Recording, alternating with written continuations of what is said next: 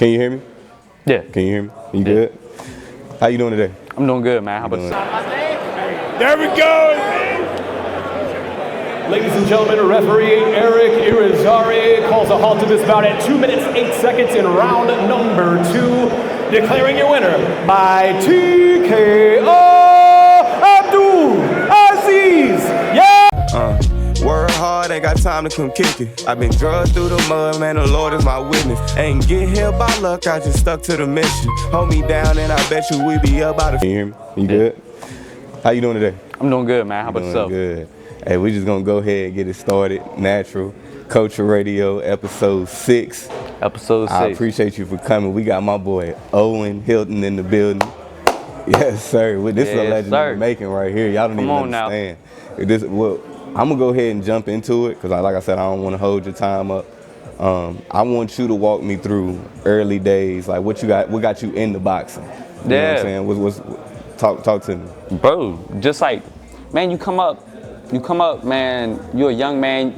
You don't know how to deal with your emotions, and you don't got a lot of people guiding you and helping you out through those emotions. And bro, I found boxing probably like my senior year of high school, and I really started to fall in love with it, and I was able to like control my emotions a little bit more. I was able to find myself in a community too. You know what I'm saying? Like being a part of a community and being a part of a beneficial community was super important. Was there a certain person or character that played a role in you finding boxing? Like what led to it? Bro, not finding boxing necessarily. Like, I kind of just looked it up, bro. I just wanted to learn how to fight. You know what I'm saying? Like, I was just mad. Were you a fighter in like school too? Fucking fight, yeah, bro. You know, like, it definitely slowed down a little bit when I went up to Lynchburg, but still, like, bro, just like walking around trying to fight everybody, bro. It's like, you know. No, I get it. Where you originally from? Huh? Where you originally from? I'm from Danville originally. You're from Danville? Yeah, Where you go to high school? I went to high school only in Brookville. Okay. So I lived in Danville until I was in like 7th grade. Like, going into 8th grade, I moved to Halifax for 1 year, and then I moved to Lynchburg. You moved around. You moved around a little bit too. Where was the first boxing gym? Or who was the first boxing gym? The first boxing gym was the Hurt Factory in Forest. Okay. Yeah. That was actually the only place that I ever really, really trained out of. Like, I had other people to help me out. Like, by my second fight, I had somebody in my corner else, like 2 people coaching me. Okay. Let's go back. You're on the second fight. At what point? Cause you're like in high school, or had you graduated? I just graduated. I just graduated a couple months before. Did you know you wanted to go pro, or was this a hobby? More like I thought that I really, really, really wanted to just box type stuff, and I just didn't have like a better understanding of like what it was. I wish I was given the circumstances where I was able to turn amateur first and have a couple amateur fights and deal with that a little bit more. Just because like in boxing, it's such a solo sport. You deal with so many ranges of emotions and different levels of boxing, bro. Right. Because when you get really deep into this shit, man, you got people that are on a whole different level, like something that you would never anticipate. Was it before your first fight that you started to notice like that business side being a little?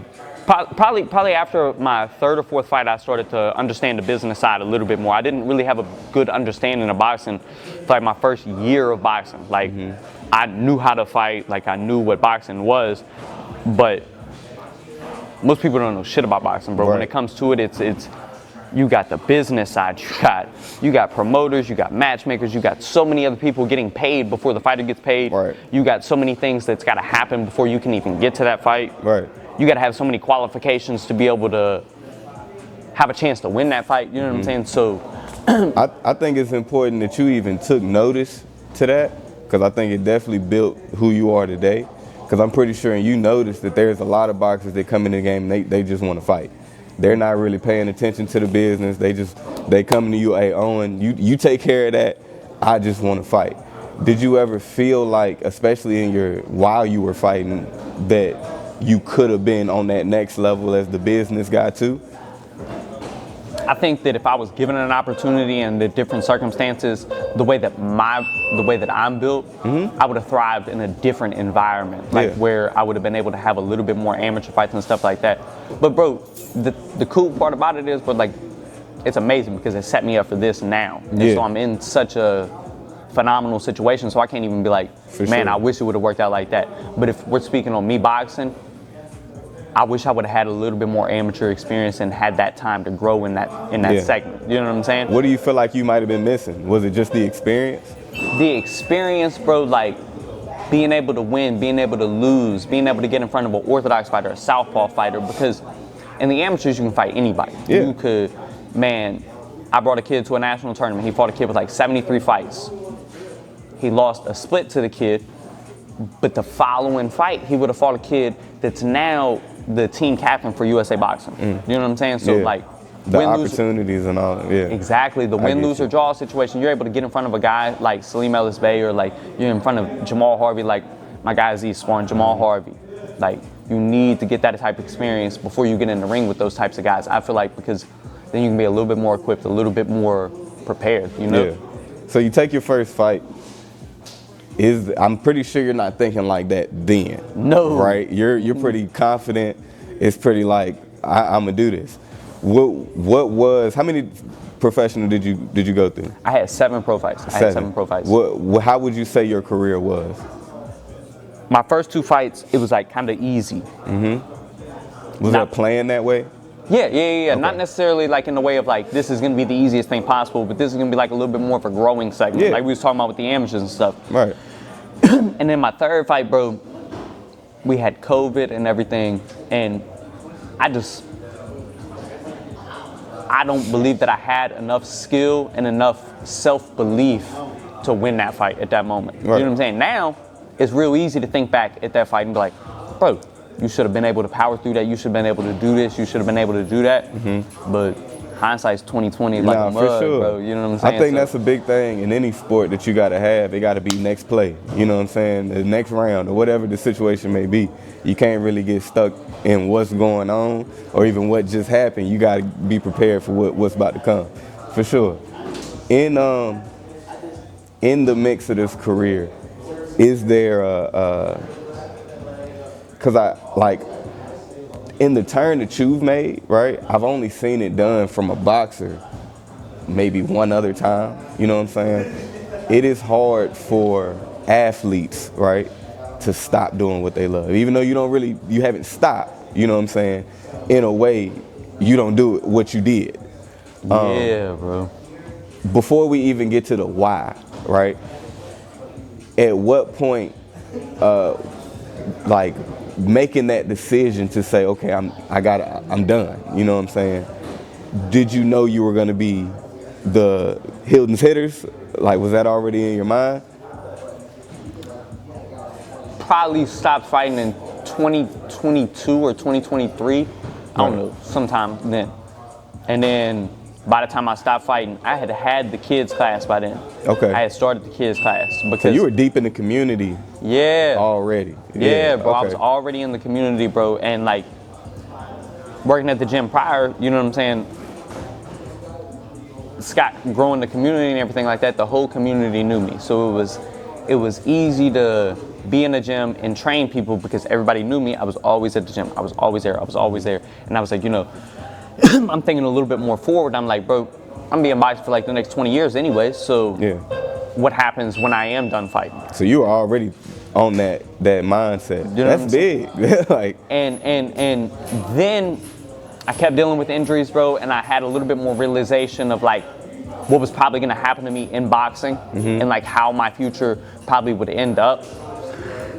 So then I messed up my shoulder. I thought that I had torn my labrum. I actually didn't tear it. I created like, it's like something crazy, like my shoulder's in my socket now, whatever. Was your shoulder something that it grew as like worse, or did you hurt it one time?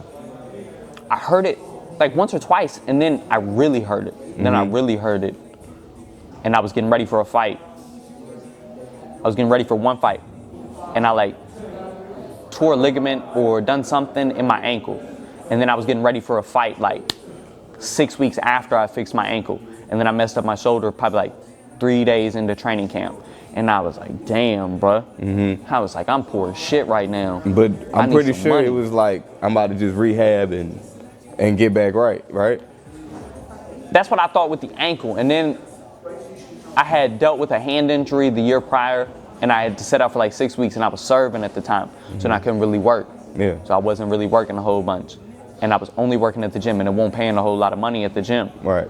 So You got to see the outcome. you know what I'm saying? Of Like the whole- I was really struggling throughout it, and I started seeing like opportunities that I had to miss because of certain circumstances. You know what I'm saying? I can't go spar these guys because of this situation. I can't go out and get this work with this type of guy because of this situation. And I didn't think that the odds were necessarily in my favor. And I like to think like I'm just ultra competitive, bro. And not to say that I didn't think that there were no opportunities for me to win in boxing, but I felt like my opportunities to win in boxing were extremely limited. Okay. And I felt like when I'm coaching and when I'm doing the things that I'm doing and trying to find people to put them into positions, you have your own autonomy, bro. You can grow, you can be free, bro, and you can, like, you know what I'm saying? I have a lot more control in that way, and it's crazy because I'm not controlling them at all when they fight. Right.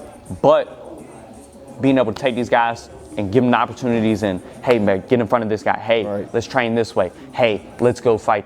Let's You're go a part do of the this. story, no matter what. Yeah, You know? for sure. Where do you feel like, and I heard you say you were in the service, right? Where do you feel like that mindset of like, In the service? is that what you said? You said I was in the service. Maybe I might have heard Hell you no, wrong. I All right, wasn't in the excuse me. service. But Hell no. either way, where does that mindset of like, because I feel like you ahead of your age, you're ahead of your time with the mindset of like thinking ahead. Is that a childhood thing? Is that a like, I done already been through it thing? Like, where does that come from? Yeah, bro, I mean, I'm sure you can relate to it a little bit, bro. Like growing up, being hungry, not having certain things, bro, getting things held back from you. Like, because all my life, bro, important people have always tried to hold me back and like belittle my situation and try to act as if I'm not who I thought that I was. And for a really long time, bro, I didn't have that type of self-belief. And then I had amazing people start getting around me, bro. And all those positive thoughts that I buried down for a really long time started to come up again. And that started to really resonate with what people were saying I was. You know what I'm saying? Like, bro, they, like you're saying, like, you know, like people always would tell me, like, Owen, you're pretty smart for your age. Owen, you're really lucky to have found boxing at this age and like to be as passionate as you are. And now it's a real full circle moment, and I really do understand them because I'm 25. I'm doing exactly what I want to do, and I get to just preach to these kids all day, every day, exactly what I'm saying to you right now, bro. Like, I am extremely happy. I'm doing exactly what I want to do, and it is because of my self-belief. Right. You know what I'm saying? Like, so I don't think that I'm wiser than anybody. I don't think that. I think that's important. And I don't think that I'm smarter than anybody, bro. Yeah, I want to think hit that point. I think that I can just go through emotions and go through them a little bit better. Like, I done been through I tell Aziz all the time, bro, I done been through every emotion with this shit, bro. Like, I done felt like I wanted to quit. I done felt like I wanted to be on top of the world. I done felt like $1 million. I done felt like I feel no like money. In order to love something, you gotta go through it all with it. You know what I'm saying? Love just don't mean happy. You know what I'm saying? You gotta go through the bad, the good, the ugly, and the choice to stick with it is the love for and sure. the choice to stick with it, bro. Because That's a fact. So you're coaching. Again, I just want to stick to that point just for a second. When was that, or who was that conversation with? I'm done. Man, bro, I had my ex-girlfriend at the time. I was talking to her and I was dealing with it, but like we were dealing with the situation of like, I'm just not getting money right now, bro. Like, I'm not making money, and the money wasn't even the portion of it. It was more of like the unhappiness of like, I'm trying to get through this situation and I already know this isn't exactly how I want it to be. You know what I'm saying? Like I told you, I love the autonomy. I love being able to do what I want to do. And I know you don't get to decide that all the time. Right. But certain things that I wanted to do within my boxing career, I wasn't able to do. So I just wasn't happy with that. So I started taking my kids to do what they wanted to do, started doing things like that. And I just sat there and I was talking to my ex-girlfriend and I was like, man, I think that I probably just need to start coaching people. I need to probably just start locking in on the on the class and trying to get the kids right and trying to just coach more people, because at this point I'm not coaching just kids either. You know what I'm saying? Like, that was a big misconception at first. Like, I had the kids class, but I was training my guy Landon. He was like 14 or 15 at the time. And then I started training my guy Mark. Do you know who gave you the first opportunity to coach? Yeah. So I started October 31st of 2018. And then by like September 21st or something like that, we flew to Vegas, and I was in Scott's corner, and I was a second in corner for a fight out in Vegas. He was fighting on the Mayweather Promotions. He fought a dude named Lionel Thompson. Okay. That was the first time I ever really coached somebody. You and started I helped him. pretty big. Yeah, you know what I'm saying? It's crazy. It's crazy, bro. Like, I've always felt reaffirmed throughout coaching, constantly, bro. Like, I'll take my kids somewhere, and they're like, bro, that kid can really fight. That kid is special, bro. And I'm not saying that these kids aren't special or anything like that, but like we had talked about earlier, bro, it's a cohesive thing. It's a quid pro quo. Bro, you scratch my back, I scratch your back. Absolutely, right. So, bro, getting reaffirmed like that, bro, being in that position. Scott's been giving me a position to be in the corner for this Triller fight. I was the main corner for that fight. Fighting there, I met Errol Spence, I met Michael Buffer. I met Boss Rudin. I watched Metallica play, bro. You know, that's crazy. Yeah, boxing it's connected to so many things. It's crazy. So many things, bro. And I only say this because I'm from North Carolina, right? We always would break boxing up into like sections, right? You got on my side, you got like Lindley, you got Nick down in Danville. Yeah. You got Nick down in Danville. And then once you get closer to this side, it's just Cujo, for real. Yeah. You know what I'm saying? Cujo kind of run this promotion. Would you, and you kind of just said it, did you take a lot from being right next to Cujo a lot? In the portion of the business side, 1,000%. Yeah. In the portion of coaching side, not to demean or to not give credit. Yeah. But I look up to a lot of people like Emmanuel Stewart, Tommy Yankello, Virgil Hunter, guys like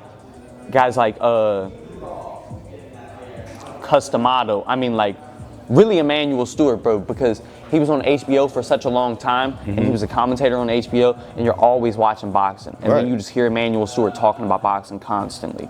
And you got to study it. That's when you start making it a chess game for real.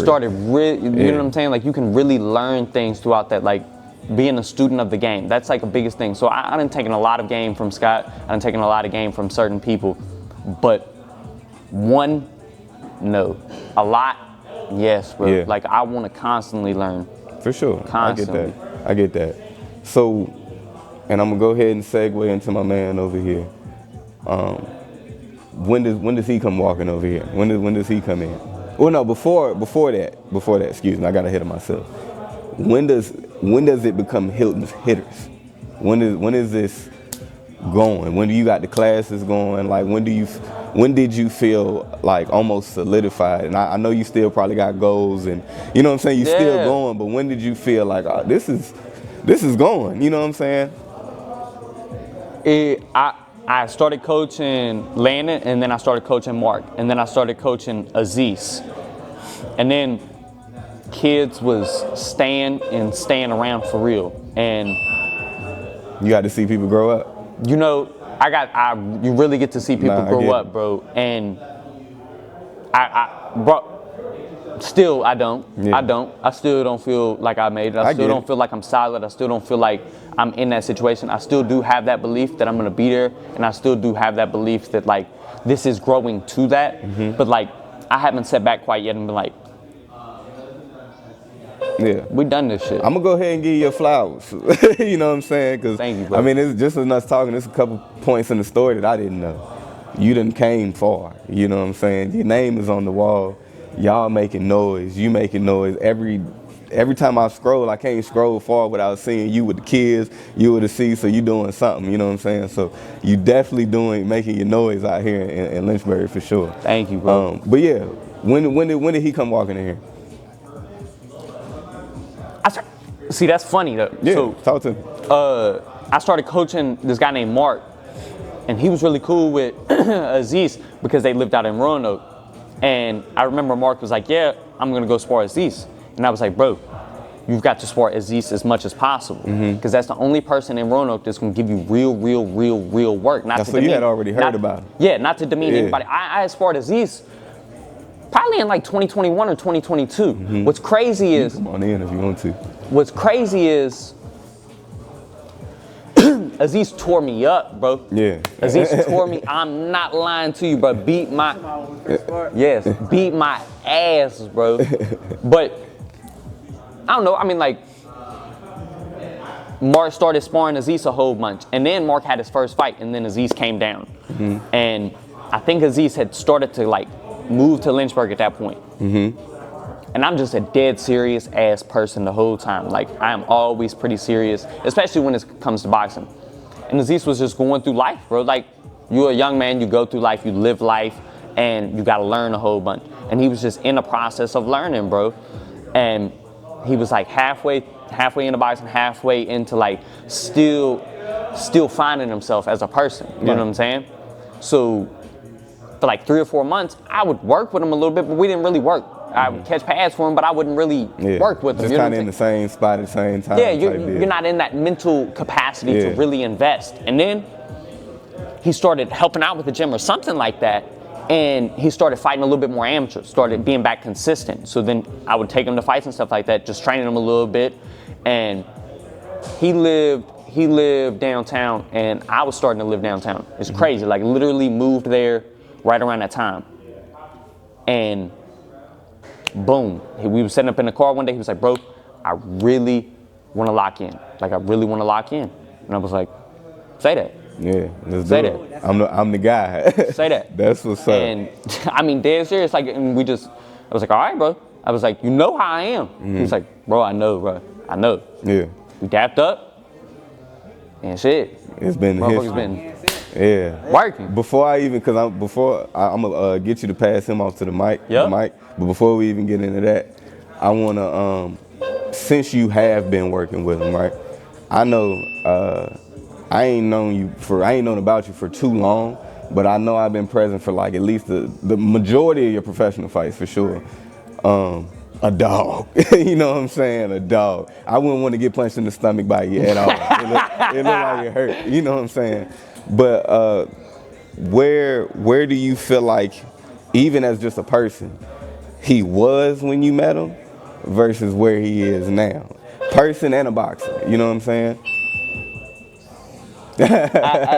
Be honest. Bro, and that's the funny part about it, bro. Like, I think that a lot of people, like I told you, bro, I was put in situations where I thought that I didn't have self-belief that I had in myself. So I don't think that Aziz has changed much. I think that Aziz's belief system has changed a lot more. And I think that the way that he operates as a person, he believes it a little bit more, bro. Because, I mean, he was boxing before he met me, bro. And he was serious before he met me. I mean, like, you know what I'm saying? He shared the ring with Shakur Stevenson's cousin, bro. He fought a kid that was on Ireland's Olympic team. Like, he's been in the ring with great people prior to training with me. But the mentality of being focused, the mentality of like, this is like all I do, bro. This is dead serious. Anybody that knows me, anybody that meets me knows that boxing is my life. In fact. And I think y'all level on there. Yeah. And Aziz found that, bro. And Aziz found that. And as a fighter, like, just more comfortable, bro, just using his athleticism with the actual skill and growing his IQ, bro. I think that, not to say that he hasn't grown, because he has grown tremendously, but I just really believe, like, people like Aziz have always kind of had that type of, for sure. You know what I'm saying? Like that type of pure-heartedness, that type of like goodness. Because I ain't teach nobody none of that stuff, bro. You know what I'm saying? He's just a stand-up man on his own. For sure. And he just found himself throughout the process of us working together. For sure. What do you think it is? And I'm gonna ask you this too, but what do you think it is? That was a good answer. What do you think it is that, you kind of just answered it, but this I'm gonna have to answer because I had it wrote down. Yeah. What do you think it is that keeps you guys? Because I mean, in a way, you kind of saying, yeah, he could do this without me. You know what I'm saying? But what do you think it is that keeps you guys so bonded? Because I feel like, again, I'm going to say it again, y'all are everywhere. Yeah. What y'all got is special. You know what I'm saying? So what do you feel like that is? He can't do it without me, and I can't do it without him. I like that. As simple as that, bro. Like, we talk about it all the time, bro. It's the autonomy, bro. It's the, what's that one word, bro? symbiotic, bro. It's a symbiotic relationship, bro. It's like damn Siamese twins, bro. He's there, I'm here. I'm here, he's there. And everybody know their role. You know what I'm saying, bro? Everybody knows their role, bro. Like I don't get out of line and he don't get out of line, bro. Like he does the work that he needs to do, and I lock the fuck in when I need to, bro. And most importantly, bro, Aziz will get on my ass, bro. That's big. Like, you know what I'm saying? Like, and I'm as a coach, I'm on his ass, but like Aziz will actually get on my ass. Hey, bro, you said you were gonna do that. Well, bro, I remember you had said we was gonna do that. Yeah, lock in for sure. Gotta do it at that point. Got to. That's big. That's big. All right, I'm gonna get you the pass in the mic.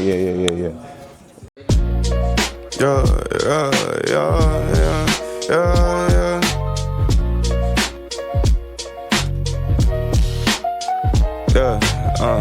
Work hard, ain't got time to come kick it. I've been drugged through the mud, man, the Lord is my witness. Ain't get here by luck, I just stuck to the mission. Hold me down and I bet you we be up by the finish. Cause we up right now, you can tell how I'm living. Ballin' like my daddy, guess it's something in the religion. Show my son how to get it so we make a tradition. I don't see no enemies cause I'm just minding I'm teaching financial literacy. Better learn your history. Trying to do this shit for you. Don't think it's doing shit for me. Nigga, watch what you eat. Watch what you hear and what you see. Gotta get it on your own. Stop taking shit for the team. I just moved to Lynchburg like a couple weeks ago, for real. Oh, for real? But I've only been, cause you know I work at Sharp Top, whatever. Yeah. Shout out Sharp Top. I've been working there for like 2 years. Yeah, I knew you didn't even recognize where you recognize me from. That's tripping. I'm sitting there like, man, I work at the barbershop for sure. Work at the shop.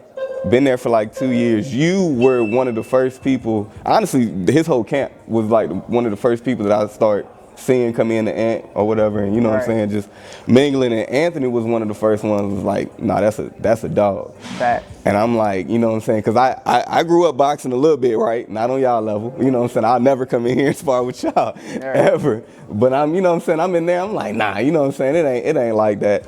Man, I wish I could remember who the first fight was, but I seen it on video. And I was like, oh no, this nigga, like, he hit hard. You know what I'm saying? Like he little, but he looked like he hit hard. Then the next one was Scott's promotion that we just had. I think you done had 2 fights since then, but it was like your 4th, I want to say. Fight. Yeah, it was your 3rd. Yeah. So dude went down from the body shot and I felt it from back there. You know what I'm saying? So like, and not only that, one thing I was talking to my girl, I'm a connoisseur of the sport. I love the sport, you get what I'm saying? I like it when I can see somebody counting, when I can see somebody pacing themselves, when I can see you in there playing chess for real. The dude won't matched up to you, you know what I'm saying, but you was in there playing chess with him. Right. You could have ended it a couple times, but I felt like you within yourself was just trying to get better, make this a match, you know what I'm saying, and get the most out of what you could have got it out of. With that being said, we got my boy Aziz. What's happening, bro? What's happening? Yes, sir. So you from the Note? Yeah, I'm from Roanoke. Where does boxing start for you, bro? So I'm from Roanoke, but I grew up in Atlanta. Okay. So when I was out there, I went to a boxing gym for like, you know, we was kind of like pros. So how old are you?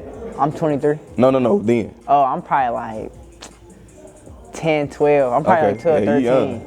Yeah, so I went in the boxing gym. You know, the first day always free wherever you go. So I got in, had my little free class. They showed me the 1, 2, 3s of the boxing, you know what I'm saying? And then you feel me, from there I couldn't go back. So my homeboy that did go to the gym, he'll go learn something, come back and teach me. You. So then we That's just crazy. training like that. That's crazy. And then I moved to Roanoke. I meet this dude named Hylton Al-Ghazi. He seemed like, cause I was fighting in the hood, you know what I'm saying? Like I was you was a fighter too. I was punching on it. So my boy Hylton, he was like, hey, I heard you can fight, bro, come in the gym. And then from there, I was training with my old coach for like, probably like 4 years. And then after that, I met Owen. So this has been a childhood thing though. Like you kind of grew up with the sport for sure. Yeah. That's what's up. When did you start doing the amateur? I ain't started fighting amateur till I was 17. And so that's a nice little span in between there. Was there something holding you back from going amateur earlier? So from 13, I was in Atlanta, and then you know, I didn't really go to the boxing gym. Right, just trying to chase the sport in general. I was trying to find a way to get into it, but I couldn't really. Did you already know then, like this what I'm doing? Nah, I didn't know. What was what was the cease back then though? I know you say you were probably a pop-off, but what describe to me like who you were then. Were you in the other sports, music? What was you doing? Like when I was 13? Yeah, in that time. More Like, what like was your into mind video focus? games and like play fighting outside, football. For sure. You know, like being outside as a kid. Just you know regular, what I'm you know what I'm saying? Regular kid. That's what's up. When I turned 17 though, and then I actually went to the boxing gym, that's when I was like, this is what I want to do. And then I was just grinding every day. Stick with it, for sure. So when you do meet Owen, have you already had your amateur fight? Yeah. So before you meet Owen then, when you start and you go amateur, do you win your first amateur fight? Yeah, I won. All right, so Talk look, to me. I won my first amateur fight, right? Yeah. I think I'm pretty sure I stopped the dude. I got a lot of stoppages, so I think I stopped the dude in my first fight. And it was a tournament. It was my first national tournament. My first fight was a national That's tournament. crazy. So then my second fight, I lost by a split decision. And it hurt me so bad because I never lost before a fight. So then after that, I went 12 fights straight with like 10 knockouts. No bullshit. You just got. That's not where that ain't where I thought the story was gonna go. I'm talking about like I was hurt. So when I went back home, like that's when I just started working so hard. Like I was killing myself. Yeah, you definitely didn't want to feel that kind of loss again, for sure. Yeah. That's crazy. So it's not even a whole lot of losses in your amateur career either. Nah. Nah. Not really. I think I got like 5 or 6. Got like 20 wins. I know you mentioned hitters. Is there, other than Owen, are there any like big players or people that you might have met that inspired you to be, or your fighting style that you have now? Yeah, my old coach, his name David Hopkins. Amazing dude. He helped me, like, it was times I was in trouble, you know, going through some things on outside of boxing. You know, he was there to help me out with them type of situations. He was there for me when I needed him, you know, and he kind of like showed me that it's more to just the hood. It was more to life than just the hood, you know what I'm saying? For sure. I feel like boxing is that's that middle ground, because you can still be you can still pop your shit, you can still do what you ever, you know what I'm saying, and it's legal. Exactly. You know what I'm saying? So like he took us to Florida. I ain't never been to Florida, you know what I'm saying? I see Florida, I'm like, yo, this different. For sure. He take us to Pennsylvania, I'm like, hey, this I mean, I'm pretty sure you done been places since I've been around, so I know the amount of doors that is open for you is probably limitless, for sure. Where do you like? Cause you 3-0, 4-0. No, you 5-0. 6-0. Oh Lord, I missed 3 fights. I know I missed 2. I didn't know I missed a third one. Are you still knocking people out? Are these stoppages too? No, yeah. I'm 6-0, 5 knockouts. So, and this is where we go, and everybody gonna be honest. I should have gave y'all the disclaimer beforehand. We don't undermine people. So my questions are just out of curiosity. Right. Okay. I know for like the boxing promotion that where we used to train under, a lot of those fighters, they would skyrocket 10-0 quick. You know what I'm saying? But if you go to these fights, you can tell that a lot of the fighters, a lot of the opponents, you know what I'm saying, might not be boxers full time. You know what I'm saying? Right. Well, how do you feel about buying fights as a fighter? I feel like your first 5, maybe 6, maybe 7, sometimes it take 10 fights. You know what I'm saying? So sometimes it do take that many fights. You should definitely build yourself up. Right. But then after a certain point, you should definitely start like building up. Or even like if you got 3 journeymen and then after that you're stepping up, and after every fight They call it a journeyman? Yeah, so then after that you should just be stepping it up after every fight. You know what I'm saying? So, and the only reason I asked, and we talked about it earlier, I feel like that's business. That's the business side of boxing that you don't see. And I always say Floyd messed it up for everybody. If you don't have that and O by your record, you almost kind of get passed up. You know what I'm saying? So you have to start 10-0. You know what I'm saying, to get those bigger just fights. Just to get your name. Yep. Yeah. Your name, So what is your weight class? What do you fight at? 126, 130. You comfortable there? Yeah. Like you probably walk around at like 126, 130, right? Nah, I probably walk around like 140 maybe. 36. One what? 135, 136. How does and that's one reason that I got out of it. how does the training and the cutting weight? Oh, it killed. The cutting weight not really that hard, but the training, like when I train hard and I really push for it, that'd be the killer. I feel like boxing, it's gonna sound funny, boxing, wrestling, and swimmers are like the most athletic people for real. Like, bro, yeah, swimmers are real. Like, the amount of stuff that they're able to do underwater. It's crazy. Yeah, it's crazy. By how long they do it, it's crazy. Yeah. So, but do you feel like that? Because I only ask this because again, it's stuff that people have asked me. That the training and the wear and tear on your body is something. Is that something that you think about now? I'm pretty sure because you look healthy. I mean, I think about it like, dang, like I know like I'm probably gonna have a stiff ass body when I get old.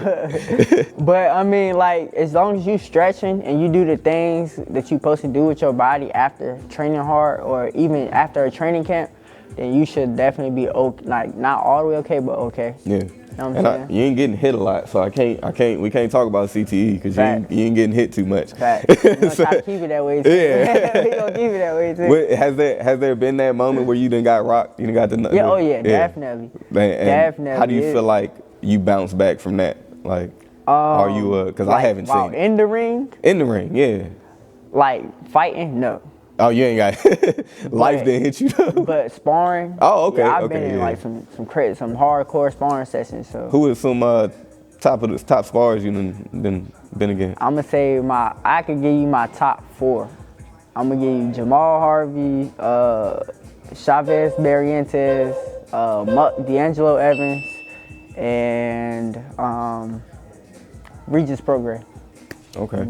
Is there a specific fighting style that you're like, this dude the southpaw, or this dude, he tall? Nah, I like to fight them all. I'm about to say, the dude I seen you go against was towering over you for real. And I tell you, I know his guts hurt. I didn't spar tall, short, stocky. It don't matter. Big, yeah, it don't matter to me. Is there a boxer that you would say, this is my style?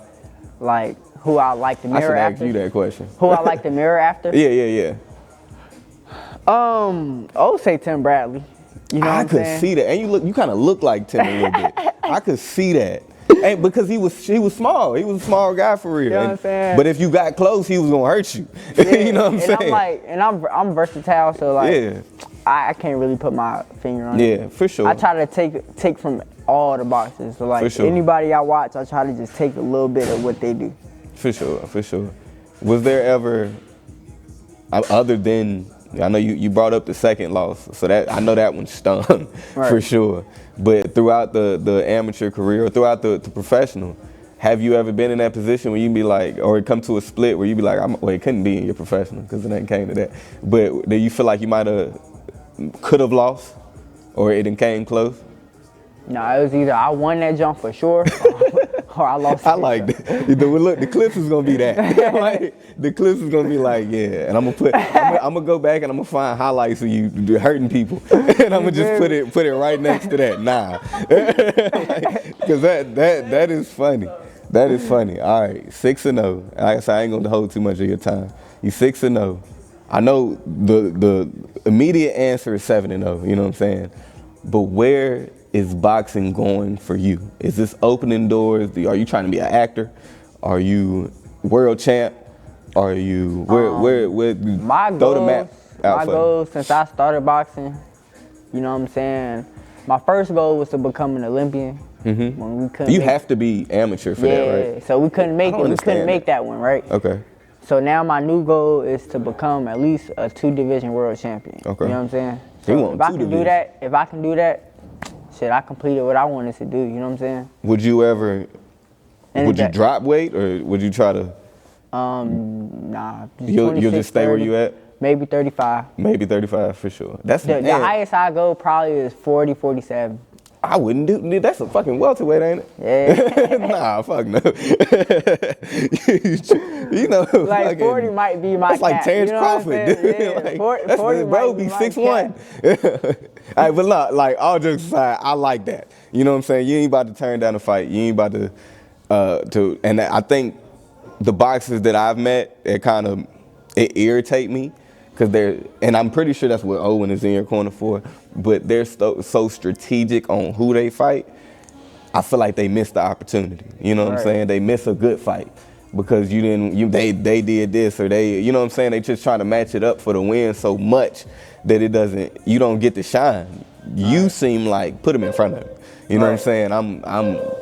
I'm gonna eat them, you know what I'm saying? And I feel like that's the mentality that's gonna get you that world championship, you know what I'm saying? Like if we at this level and you at this level, then I don't see no reason why we shouldn't be fighting, you know what I'm saying? Now I can see the difference if like my level was here and you was all the way up, then that's different. But if we at the same level, we got to, what's holding us back? Let's get it on. Is there a defining moment to say, this was when it's Aziz, what is your, what's your title? What's your whole name? Just Aziz Yasin. Whew. Excuse me. Does any of that mean something? Yeah, it means the servant of Allah. Okay, where'd you get that from? My mom Muslim. I'm Muslim as well, so, you know. For sure, is that your name? Yeah. Okay, for sure. But was there a defining moment that was like, nah, I'm him, you know what I'm saying? Or did you walk in with that mentality?